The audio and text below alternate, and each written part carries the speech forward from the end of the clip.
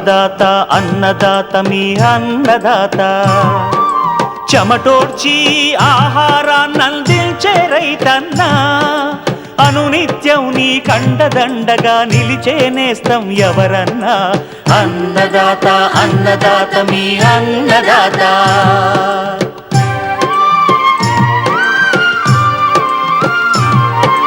నూతన రీతుల సాగుబడికి నూరింతలు పెరిగే దిగుబడికి సూచనలిచ్చే సస్య రక్షణకు పశు పోషణకి శాస్త్ర విజ్ఞానం అందించి ముందుకు నడిపే తెలుగు రైతు భారతదేశానికి మకుటం అయ్యేలా తీర్చిదిద్దే ఆశయంతో మిమ్ము మేలు కొలిపేది అన్నదాత అన్నదాత అన్నదాత మీ అన్నదాత అన్నదాత అన్నదాత మీ అన్నదాత. అన్నదాత ప్రేక్షకులకు నమస్కారం. ఈనాటి ముఖ్యాంశాలు: డ్రమ్ సీడర్ విధానంలో యాసంగి వరి సాగు, అధిక దిగుబడి సాధించిన నారాయణఖేడ్ రైతు. ప్రత్తిలో గులాబీ రంగు పురుగు నివారణకు ప్రారంభం నుంచి తీసుకోవాల్సిన జాగ్రత్తలు. వర్షాకాలంలో జీవాల్లో వచ్చే వ్యాధులు నివారణ. ఇంకా జై కిసాన్ వ్యవసాయ సమాచారం.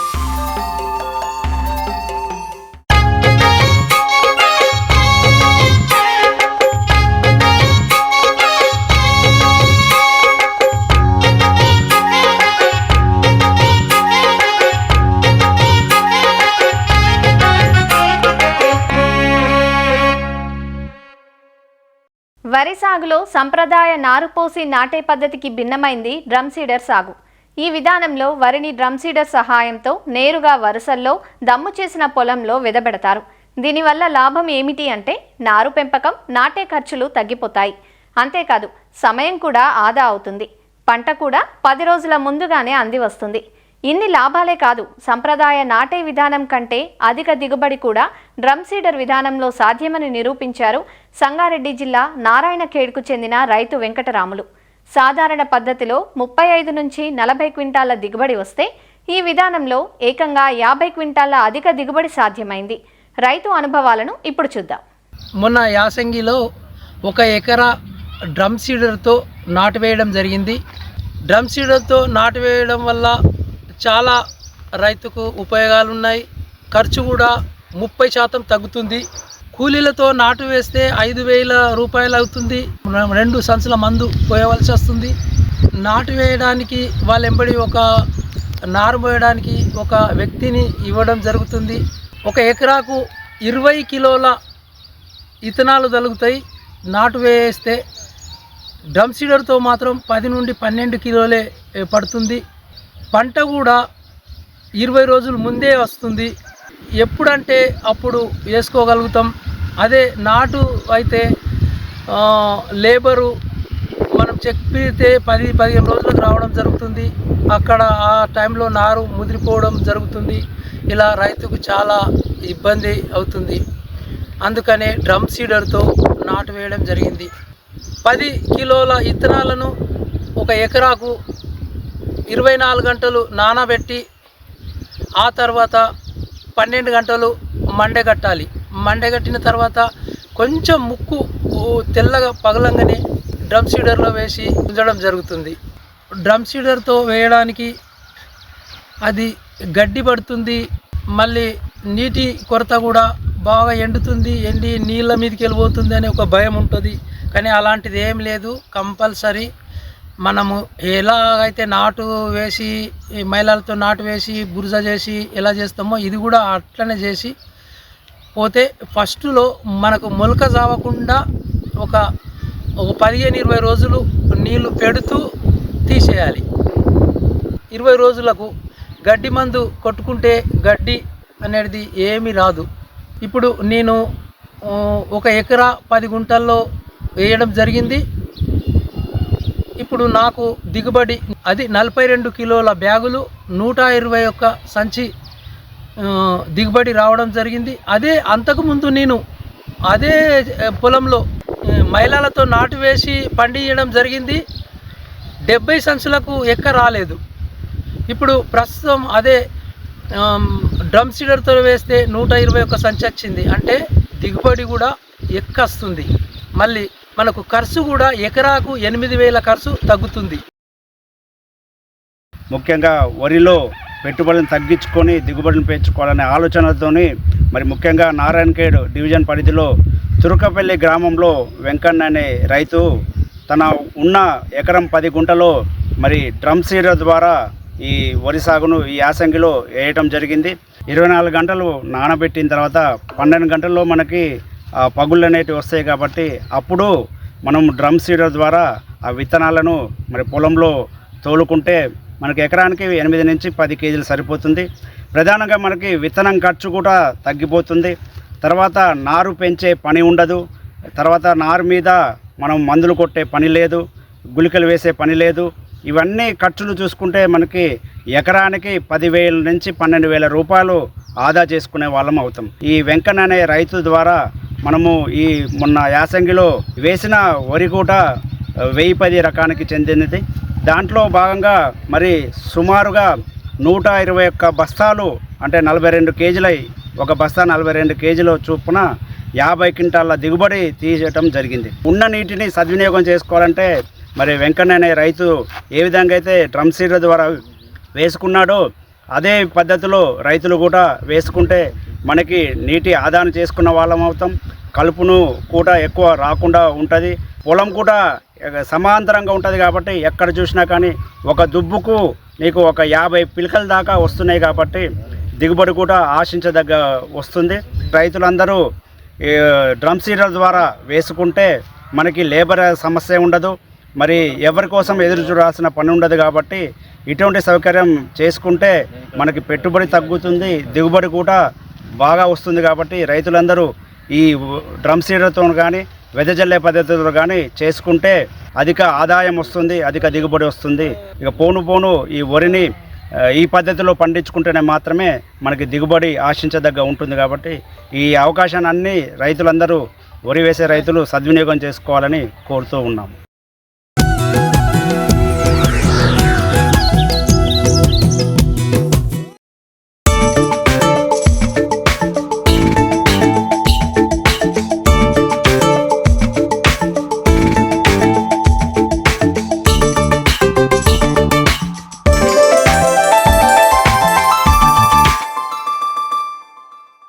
వానాకాలం వచ్చేసింది. అధిక విస్తీర్ణంలో మెట్టలో సాగయ్యే వాణిజ్య పంటగా పత్తిని విత్తడానికి రైతులు సమాయత్తమవుతున్నారు. బీటీ రకాలు అందుబాటులోకి వచ్చాక పత్తికి ప్రధాన సమస్య అయిన కాయతొలుచు పురుగుల సమస్య తగ్గినా గత కొన్ని సంవత్సరాలుగా గులాబీ రంగు పురుగు ఉధృతి అధికమైంది. ఒకప్పుడు పంట ఆఖరి దశలో మాత్రమే కనిపించేది. అయితే ఇటీవలి కాలంలో పంట తొలిపూత సమయం నుంచే కనిపిస్తోంది. దీంతో పత్తి విత్తిన 2 వారాల నుంచే లింగాకర్షక బుట్టలు పెట్టడంతో పాటు సమగ్ర సస్యరక్షణ చర్యలు చేపట్టాలంటూ పత్తి రైతులకు సూచిస్తున్నారు నాగర్ కర్నూలు జిల్లా పాలెం కృషి విజ్ఞాన కేంద్రం శాస్త్రవేత్త డాక్టర్ ఓ శైల. తెలంగాణ రాష్ట్రంలో పత్తి అనేది వాణిజ్య పంటల్లో ముఖ్యమైనటువంటి పంట. ఇది వానాకాలంలో ప్రస్తుతము రైతులందరూ సాగు కోసము సన్నద్ధమవుతూ ఉన్నారు. ఈ పత్తిలో ఎన్ని రకాల యాజమాన్య చర్యలు చేపట్టినప్పటికీ గులాబీ రంగు పురుగు అనేది ఒక పెద్ద సమస్యగా మారి దిగుబడిని తగ్గించడమే కాకుండా నాణ్యతను ఇది తగ్గిస్తూ వస్తూ ఉంది. ఈ గులాబీ రంగు పురుగు యొక్క జీవిత చరిత్రను, అది ఆశించేటువంటి తీరును గనుక మనం చూసుకున్నట్లయితే గులాబీ రంగు పురుగు యొక్క తల్లి పురుగులు లేత ఆకులపైన, పువ్వులపైన, కాడలపైన గుడ్ల సముదాయాన్ని లేదంటే విడివిడిగా గుడ్లను పెడతా ఉంటాయి. ఆ గుడ్లు పొదిగిన తర్వాత వచ్చినటువంటి చిన్న లార్వాలు ఏవైతే ఉంటాయో అవి లేత పూలను, కాయలను ఆశిస్తూ ఉంటాయి. ఇవి పూలను ఆశించినప్పుడు, మొగ్గలను ముఖ్యంగా ఆశించినప్పుడు ఇవి మొగ్గ లోపటికి వెళ్ళి లోపట ఉన్న పదార్థాన్ని తినివేయడం వల్ల ఆకర్షక పత్రాలు అనేవి విచ్చుకోకుండా ఆ పూలు ముడుచుకొని ఉంటాయి. వీటిల్ని గుడ్డి పూలని అంటారు. ఇక అవి కాయల్ని గనక ఆశించినట్లయితే కాయలపైన కనిపించినటువంటి చిన్నటి రంధ్రాలను చేసుకొని కాయలోపలికి వెళ్తాయి. అవి ఆ రంధ్రాలు కాస్త పూడ్చుకుంటాయి. అంతేకాకుండా ఇవి కాయ లోపటికి వెళ్ళి గింజలను, పత్తిని తిని లోపట తన పూర్తి జీవిత చక్రాన్ని పూర్తి చేసుకొని కోశస్థ దశల్లోనికి వెళ్తాయి. దీనివల్ల పత్తి యొక్క నాణ్యత తగ్గుతుంది, కాయలు పరిపక్వానికి రావు, వాటి ఎదుగుదల సరిగ్గా ఉండదు. వీటిని గుడ్డికాయలని అంటారు. ఈ గులాబీ రంగు పురుగు అనేది మామూలుగా ఆగస్టు, సెప్టెంబరు ఈ మాసాల్లో దీని ఉధృతి స్టార్ట్ అవుతుంది. ఆ తర్వాత పంట అయిపోయేంత వరకు కూడా దీని యొక్క ఉధృతిని మనము గమనించవచ్చు. ఇక పంట తీసేసిన తర్వాత కూడా ఇవి ఎండిపోయినటువంటి ఆ కాండాలల్లో, భూమి లోపట, పత్తిలో ఉండి తర్వాత సీజన్ వరకు కూడా ఇవి వెయిట్ చేస్తూ ఉంటాయి. కాబట్టి ఈ గులాబీ రంగు పురుగు అనేటువంటిది ఒక ప్రధాన సమస్య అని మనము చెప్పుకోవచ్చు. గులాబీ రంగు పురుగుని మనము నివారించాలి అనంటే పంట లేనప్పుడు, పంట వేసే ముందు, పంట కాలంలో, అంతేకాకుండా పంట తీసేసిన తర్వాత ఇలా వివిధ దశల్లో యాజమాన్య పద్ధతుల్ని మనము చేపడుతూ రావాలి. ముఖ్యంగా పంట కాలాన్ని పొడిగించకుండా చూసుకోవాలి. ఈ గులాబీ రంగు పురుగును ఆశించినటువంటి దూది కాండాలు ఏవైతే ఉంటాయో ఇంటి దగ్గర కానీ జిన్నింగ్ మిల్స్లో కానీ లేకుండా చూసుకోవాలి. వీటిని మనము భూమిలో కలియదున్నాలి, లేదు అనంటే కాల్చివేయడం లాంటివి చేయాలి. అంతేకాకుండా ఈ గులాబీ రంగు ఆశించినటువంటి పత్తిని జిన్నింగ్ మిల్స్లో జిన్నింగ్ చేసిన తర్వాత ఆ గింజలు ఏవైతే ఉన్నాయో వాటిని నిల్వ చేయకూడదు. దీనివల్ల కూడా ఉధృతి ఎక్కువగా అయ్యే అవకాశం ఉంటుంది. ఇక పంట కాలంలో చూసుకున్నట్లయితే పంట వేసే ముందు ముఖ్యంగా తక్కువ కాల పరిమితి ఉన్నటువంటి రకాలని ఎంచుకోవాలి. దీనివల్ల ఏంటి అనంటే పంట పొడిగించబడదు, రెండవ పంటకు వెళ్ళొచ్చు. ఈ గులాబీ రంగు యొక్క తాకిడిని మనం సమర్థవంతంగా నివారించవచ్చు. దీనికి మనకు ఒక మంచి సాంకేతిక పరిజ్ఞానము అందుబాటులోకి వచ్చింది, అదే అధిక సాంద్రత పత్తి. ఇదేంటి అనంటే వీటి యొక్క హైబ్రిడ్స్ యొక్క పంట కాలము తక్కువగా ఉండడం వల్ల అక్టోబర్ చివరి వారము, లేదు అనంటే నవంబర్లో కల్లా ఈ పంట పూర్తవుతుంది. 1-2 తీతలతో మనకి పంట చేతికి వచ్చేస్తుంది. ముఖ్యంగా గులాబీ రంగు పురుగు యొక్క తాకిడిని మనం సమర్థవంతంగా తప్పించుకోవచ్చు, రెండవ పంటకు కూడా వెళ్ళొచ్చు. దానివల్ల ఏంటి అనంటే భూసారాన్ని కూడా మనము పెంచవచ్చు. ఇది పంట మార్పిడికి చాలా బాగా పనిచేస్తూ ఉంది.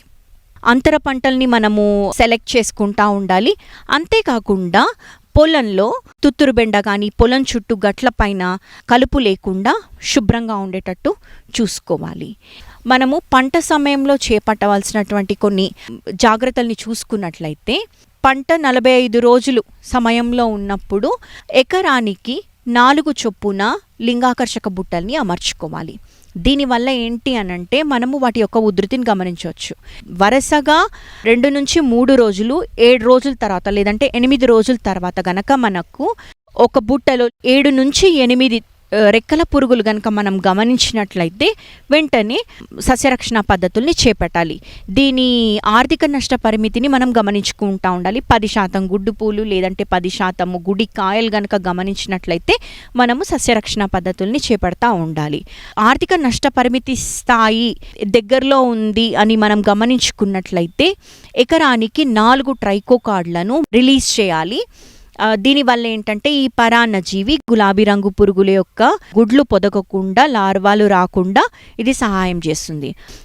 అజాడిరక్టిన్ 1500 ppm 5 మిల్లీలీటర్లు 1 లీటర్ నీటి కలుపుకొని పిచికారీ చేసుకున్నట్లయితే ఈ గుడ్లు పొదగకుండా ఉంటాయి. అంతేకాకుండా రెక్కల పురుగులు గుడ్లు పెట్టడానికి ఇష్టపడవు. ఉధృతిని బట్టి థయోడికార్బ్ అనే మందు, లేదు అనంటే క్లోరిపైరిఫాస్, ఎమామెక్టిన్ బెంజోయేట్ 0.5 గ్రాములు లేదంటే స్పైనటోరము 0.9 మిల్లీలీటర్లు మార్చి పిచికారీ చేసుకోవాలి.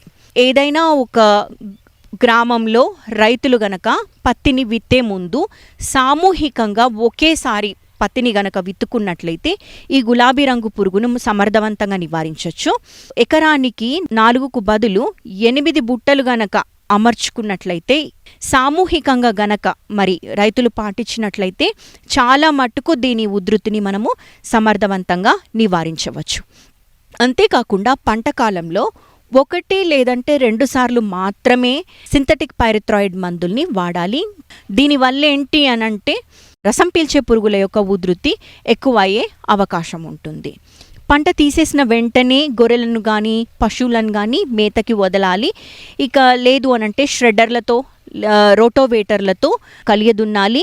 ఈ విధంగా గనక మనము వివిధ దశల్లో యాజమాన్య చర్యలు చేపట్టినట్లయితే ఈ గులాబీ రంగు పురుగుని సమర్థవంతంగా నివారించి మంచి నాణ్యత గల పత్తిని తీయడమే కాకుండా మంచి దిగుబడులను పొందే అవకాశం ఉంటుంది.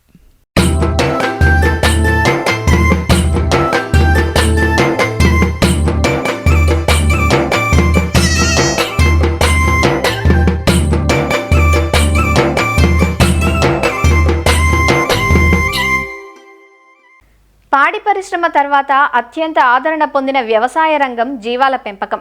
రైతులు తమకున్న వనరులను, అవకాశాలను బట్టి బయట మేపే విస్తృత పద్ధతిని, అలానే షెడ్లలో ఉంచి మేపే పాక్షిక సాంద్ర పద్ధతులను అవలంబిస్తూ పెంపకాన్ని చేపడుతున్నారు. ప్రస్తుత వర్షాకాలం పెంపకదారులకు కొంత గడ్డుకాలమే. ఎందుకంటే మేత కోసం ఆరుబయట తిరిగే జీవాలు పచ్చగడ్డిని తింటూ, గుంటల్లోని నీటిని తాగుతూ, జల్లులకు తడుస్తూ ఉంటాయి. ఇలాంటి పరిస్థితుల్లో జీవాలు పలు రకాల రోగాలకు గురయ్యే అవకాశం ఉంటుంది.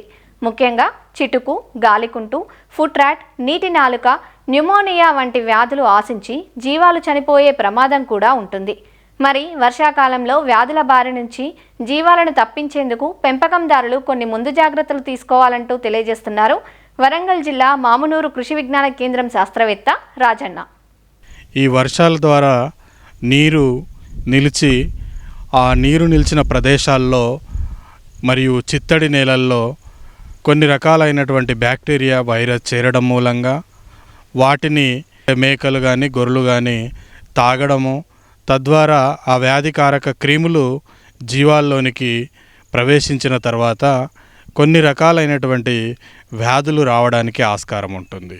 ముఖ్యంగా ఈ గొర్రెల్లో ఇప్పుడు చిటుకు వ్యాధి అనేటువంటిది మొట్టమొదటిగా రావడానికి చాలా ఆస్కారం ఉన్నటువంటి వ్యాధి. ఈ వ్యాధి సోకిన గొర్రెల్లో మనకి ఎలాంటి లక్షణాలు బయటికి కనబడకుండా అవి పండ్లు కొరుకుతూ, తూలుతూ, గాలిలోనికి ఎగిరి పడి చనిపోతూ ఉంటాయి. ఈ చిటుకు రోగానికి నివారణకు కాను చిటుకు రోగం టీకాలని పశువైద్యుల సహాయంతో ఇప్పించుకోవాల్సి ఉంటుంది. రెండవ వ్యాధి నీలినాలుక వ్యాధి. ముఖ్యంగా ఈ వ్యాధి సోకిన తర్వాత ఈ గొర్రెల్లో జ్వరము యొక్క తీవ్రత చాలా పెరిగిపోతుంది. 48 గంటల తర్వాత నోట్లో పుండ్లు పడడము, అదేవిధంగా నాలుకకి ఇరువైపులా చిన్న చిన్న రంధ్రాలు ఏర్పడము, దవడలపైన, పండ్లపైన మనకు తౌడు లాంటి డిపాజిషన్ని మనము గమనించవచ్చు. ఈ గిట్టల ముందు భాగంలో వాచి ఎరుపు రంగులోకి మారుతుంది, కుంటుతూ ఉంటాయి.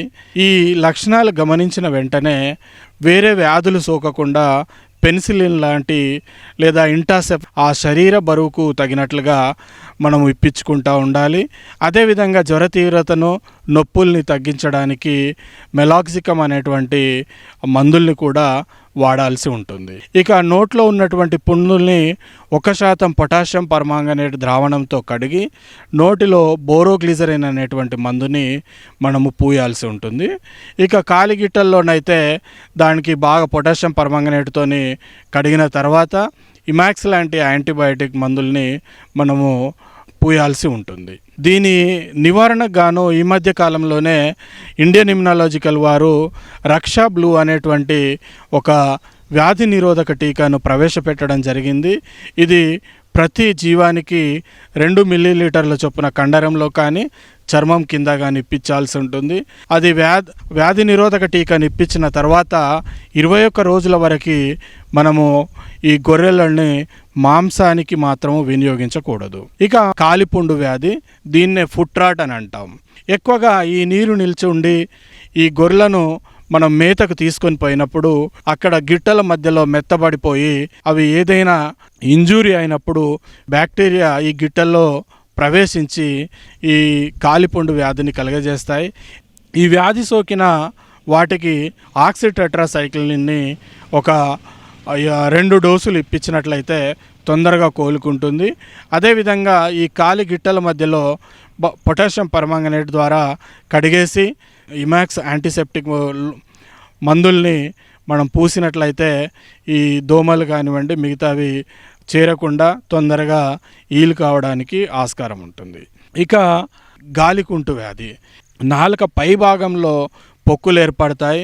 అదేవిధంగా గిట్టల మధ్యలో చీరికలుగా పొక్కులు ఏర్పడి ఉంటాయి. కాబట్టి ఈ 2 లక్షణాలను బట్టి మనం నీలినలుకను అదేవిధంగా గాలికుంటు వ్యాధిని మనం పోల్చుకోవచ్చు. జ్వర తీవ్రత అధికంగా ఉంటుంది, మేత మేయవు, శరీరం యొక్క ఎదుగుదల అనేటువంటిది కృషించిపోతుంది. ముఖ్యంగా పెన్సిలిన్ మందుల్ని వాడుకోవాల్సి ఉంటుంది.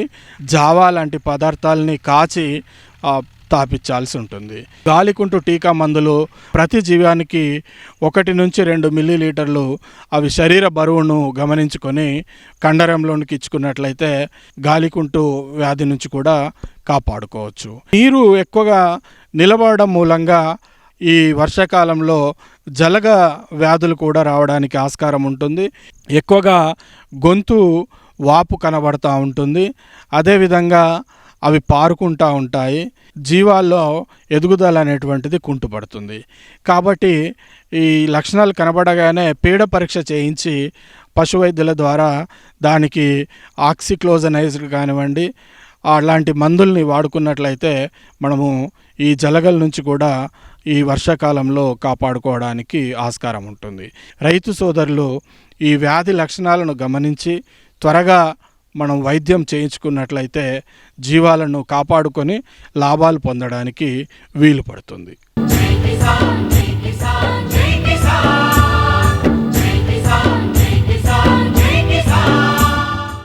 వ్యవసాయ సమాచారం ఇప్పుడు జై కిసాన్లో చూద్దాం. డాక్టర్ బిఆర్ అంబేద్కర్ కోనసీమ జిల్లాలోని అంబాజీపేట భూసార పరీక్ష కేంద్రంలో వ్యవసాయ శాఖ ఆధ్వర్యంలో మట్టి పరీక్షలు నిర్వహిస్తున్నారు. నేలలోని పోషకాల లభ్యతను తెలుసుకుని తదననుగుణంగా ఎరువులు వినియోగించాలని అధికారులు సూచిస్తున్నారు. ఈ ఏడాది జిల్లాకు సంబంధించి 2623 నమూనాలు సేకరించేలా వ్యవసాయ శాఖ లక్ష్యం నిర్దేశించింది. జూన్ నెలాఖరు నాటికి పరీక్షా ఫలితాల కార్డులను రైతులకు అందించేలా ఏర్పాట్లు చేస్తున్నారు. సమతుల్య ఎరువుల వాడకం గురించి మనం భూసార పరీక్ష అనేది చేస్తాము. ఈ భూసార పరీక్షలో ముఖ్యంగా ఏంటంటే పంట దిగుబడి పెరగడానికి, అదేవిధంగా రసాయనిక ఎరువులు వాడకం తగ్గించడానికి, డబ్బుని ఆదా చేసుకోవడానికి, అదేవిధంగా నేలలో సమతుల్యతను కాపాడడానికి మనం భూసార పరీక్ష అనేది చేస్తాము. ముఖ్యంగా మనం మట్టి నమూనా సేకరించేటప్పుడు పొలంలో సుమారుగా చిన్న చిన్న కమతాల్లో అయితే మనం 10 నుంచి 15 చోట్ల మనం నమూనాలు సేకరిస్తాము. అదేవిధంగా పెద్ద కమతాల్లో 5 నుంచి 10 ఎకరాల రైతుల దగ్గర అయితే 20 నుంచి 30 వరకు నమూనాలని మనం నమూనా సేకరిస్తాము. మనం నమూనా సేకరించే ప్రదేశంలో 15 సెంటీమీటర్ల లోతులో మనం నమూనాను సేకరించి దాన్ని ఒక 100 గ్రాములు చెప్పిన నమూనాన్ని తీసుకుని అవన్నీ కలిపి ఒక క్వార్టరింగ్ మెథడ్ లాగా దాన్ని 500 గ్రాములు వచ్చేలాగా శాంపిల్ని ఒక సంచిలో వేసి మన భూసార పరీక్షా కేంద్రానికి పంపించడం జరుగుతుంది. ఇందులో మన భూసార పరీక్షా కేంద్రాల్లో ముఖ్యంగా ఏంటంటే ఆ రైతు వివరాలు, అదేవిధంగా సర్వే నంబరు, తర్వాత విస్తీర్ణము, గత సంవత్సరం వేసినటువంటి పంట, ఇవన్నీ వివరాలతో కూడినటువంటి స్లిప్ని ఆ కవర్లో ఉంచి మన భూసార పరీక్షా కేంద్రానికి పంపించాల్సి ఉంటుంది. మన డాక్టర్ బిఆర్ అంబేద్కర్ కోనసీమ జిల్లా ఏర్పడిన తర్వాత గత 2025-26 సంవత్సరానికి మనకి 25,330 నమూనాలని లక్ష్యంగా ఇచ్చేవడం జరిగింది. అదేవిధంగా ఈ సంవత్సరం 2,623 శాంపిల్ని లక్ష్యంగా నిర్ధారించారు. ఆ ప్రకారం మనకి ప్రతి మండలం నుంచి కూడా అంటే ఈ జూన్ నెలాఖరు లోపల భూసార పరీక్షా ఫలితాల కార్డుని రైతులకు అందించడం అనేది జరుగుతుంది. ఇది కాకుండా NMNF అంటే national mission on natural farming ద్వారా 15,159 నమూనాలని మనకి లక్ష్యంగా ఇచ్చారు. ఇందులో సుమారుగా 9,800 శాంపిళ్ళు మన కేంద్రానికి వచ్చినాయి. ఇందులో 8,800 శాంపిల్ వరకు మేము పరీక్షలు చేయడం జరిగింది. మన భూసార పరీక్షా కేంద్రంలో ముఖ్యంగా 12 పారామీటర్లని మనం ఇక్కడ పరీక్ష చేయడం జరుగుతుంది. ఈ 12 పారామీటర్లలో మొట్టమొదటిది ఉజదని సూచిక అంటే pH అంటాం మనం. ఇది 6.5 నుంచి 7.5 మనకి సాధారణంగా ఉన్నట్టయితే అది పంటకు అనుకూలం. లవణ సూచిక EC అంటాం మనం. EC అనేది కూడా 0.1 నుంచి 2.0 వరకు ఉండాలి. ఒకవేళ ఎక్కువ ఉన్నట్టయితే దాన్ని విత్తనాలు మొలకెత్తడానికి సామర్థ్యం సరిపోదు కాబట్టి అవి మనకి పంటకి పనికిరావని చెప్పి నిర్ధారించడం జరుగుతుంది. అదేవిధంగా సేంద్రీకర్బనం అనేది 0.5 నుంచి 0.75 ఉండాలి. అదేవిధంగా లభ్య నత్రజని, ఈ లభ్య నత్రజని అనేది 280 నుంచి 560 kg per hectare అనేది మనకి మీడియంగా ఉండాలి. అదేవిధంగా భాస్వరం, లభ్య పొటాషు, లభ్య గంధకము, లభ్య బోరాన్ ఇవన్నీ కూడా భూసార పరీక్షల్లో మనకు తెలుస్తాయి. అదేవిధంగా సూక్ష్మ పోషకాలైనటువంటి జింకు, ఇనుము, అదేవిధంగా మాంగనీసు, కాపర్, రాగి అనేది మనం టెస్టులు ఈ పరీక్షలు అనేవి నిర్వహించి ఈ భూసార పరీక్షా ఫలితాల కార్డుల్ని రైతుకి అందించి ఏదైతే మన భూసార పరీక్ష ఫలితాల ద్వారా మనకి ఎరువులు వాడకం అనేది చేస్తారో అప్పుడు మనకి దిగుబడి అనేది పెరుగుతుంది, తక్కువ ఖర్చు అనేది రైతుకు వస్తుంది. మరిన్ని విభిన్న అంశాలతో రేపటి అన్నదాతలో మళ్ళీ కలుసుకుందాం. నమస్కారం. అన్నదాతలు తమ సందేహాలు సమస్యలను 1800-425-4085 టోల్ ఫ్రీ నెంబర్లో ఉదయం 10 గంటల నుంచి 11 గంటల మధ్య పని దినాలలో సంప్రదించగలరు. ఈ కార్యక్రమాన్ని యూట్యూబ్లో www.youtube.com/annadaata ETV లింక్ ద్వారా వీక్షించవచ్చు.